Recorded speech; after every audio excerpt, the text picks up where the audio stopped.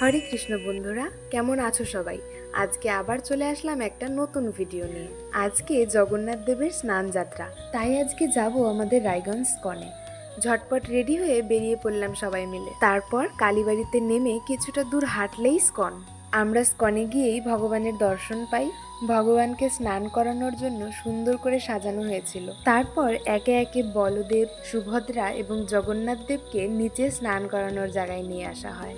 এরপরে আরতি হয়, স্নান করানো হয়। স্নানের পর ভগবানকে মন্দিরে নিয়ে যায়। আর এইদিকে এক মাতাজি কৃষ্ণ কথা শোনান। তারপরে সবাই ভগবানের গজরূপ দর্শন করার জন্য অপেক্ষা করতে থাকে। কিছুক্ষণের মধ্যেই অপেক্ষার অবসান। আমি ভগবানকে এই রূপে প্রথম দেখলাম। সত্যি মনটা ভরে গেল। তোমরাও কি প্রথম দেখলে? অবশ্যই কমেন্টে জানাবে। স্কনে গিয়ে কিন্তু বেশ আনন্দ হয়। ওইদিকে কীর্তন হচ্ছিল আর এইদিকে আমরা মনের আনন্দে নৃত্য করছিলাম। এরপর চলে আসলো প্রসাদের পালা।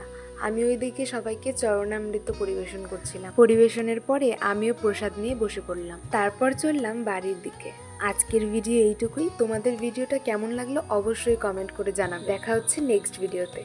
জয় জগন্নাথ।